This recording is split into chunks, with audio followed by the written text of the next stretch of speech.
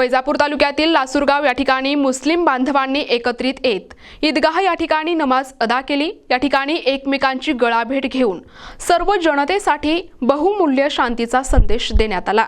ईद म्हणजेच ईश्वराच्या अल्लाच्या दयास पात्र बनणे। 1 महिना उपवास करून नंतर ईदच्या दिवशी सर्व मुस्लिम बांधव एका पवित्र ईदगाहमध्ये जाऊन सर्व एकत्र येऊन अल्लाला प्रार्थना नमाज करतात। या ठिकाणी सर्वजण एकमेकांच्या हातात हात घेऊन गळाभेट घेऊन एक परिवार या नात्याने सर्वत्र सुख शांती आणि प्रेमाने राहू अशी प्रतिज्ञा करतात। यावेळी सर्व समाजातील लोकांना एकत्र बोलावून शीरखुर्मा खाऊ घालतात। या प्रसंगी याकूब मौलाना, शमीम भाई, रणजित देशमुख, इम्रान बागवान, सुलतान पठाण, हारून भाई, ताजुद्दीन, जावेद शेख, मुसा कुरेशी, अशोक सोनवणे, दीपक हरिश्चंद्रे, शकील अहमद, शाहरुख शेख आदींची उपस्थिती होती। दिन होता है पूरे आलम इस्लाम के लिए, पूरी दुनिया के मुसलमानों के लिए, पूरे हिंदुस्तान के मुसलमानों के लिए।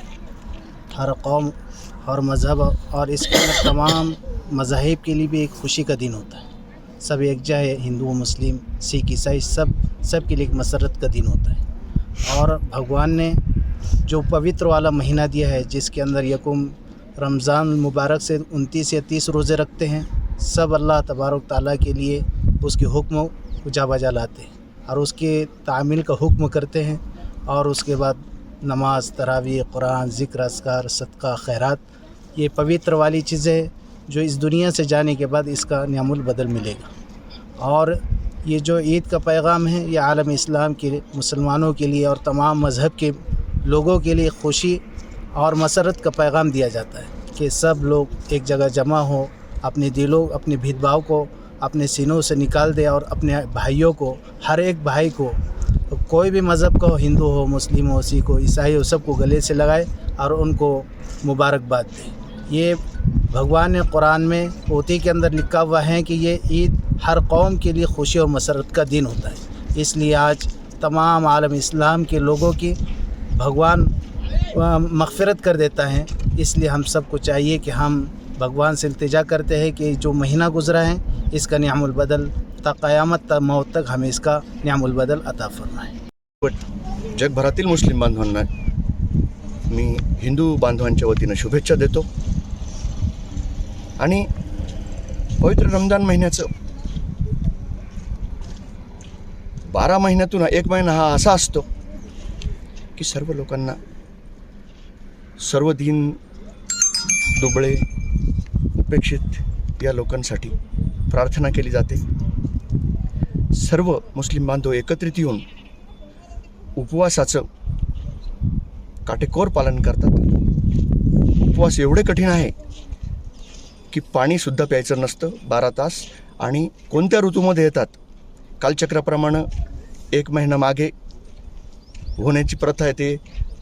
तर बऱ्याच वेळेस रमजान महिना हा उन्हाळ्यामध्ये येतो। उन्हाळ्यामध्ये आपल्याला साधं चालतासुद्धा येत, ते चालणं फिरणं कठीण होतं। आणि अशा कालावधीमध्ये समस्त मुस्लिम बांधव हा अतिशय कठीण असा उपवास करून सायंकाळच्या वेळेस उपवास फलाहार घेऊन उपवास सोडून प्रार्थना करतात अल्लाच्या चरणी की वो सर्व मुस्लिम बांधवासाठीच नाही तर सर्व जीवसृष्टीसाठी, हिंदू, मुस्लिम, शीख, ईसाई, सर्व धर्मांसाठी ते प्रार्थना करतात की अमन आणि शांतीचा अमल व्हावा, लोकांना तशी सद्बुद्धी यावी, अशासाठी ते प्रार्थना करतात। मी या पवित्र रमजानच्या व मराठी नूतन वर्षाच्या सर्व मुस्लिम हिंदू बांधवांना शुभेच्छा देतो। या ठिकाणी गावात असेल, महाराष्ट्रात असेल, देशात असेल, एक शांतता राहावी, सलोख्याची भावना राहावी, त्या शांतता राहावी यासाठी या ठिकाणी एक नमाज अदा करण्यात आलेली आहे। आणि या नमाज अदा करण्यामध्ये भगवंताला, त्या अल्लाला, त्या सबका मालिकला एकरूप होऊन या देशात सलोखा राहावा, शांती राहावा यासाठी मुस्लिम बांधव या ठिकाणी नमाज अदा करीत असतात। महाराष्ट्रात सध्या परिस्थिती बघितली असता सगळीकडं पेटवापेटवायची भूमिका सर्वजण घेत आहेत. जे राजकीय लोक असेल ते स्वार्थासाठी दोन समाजामध्ये ते निर्माण करून एकूणाला समोर उभं करण्याचं काम ते करत आहेत.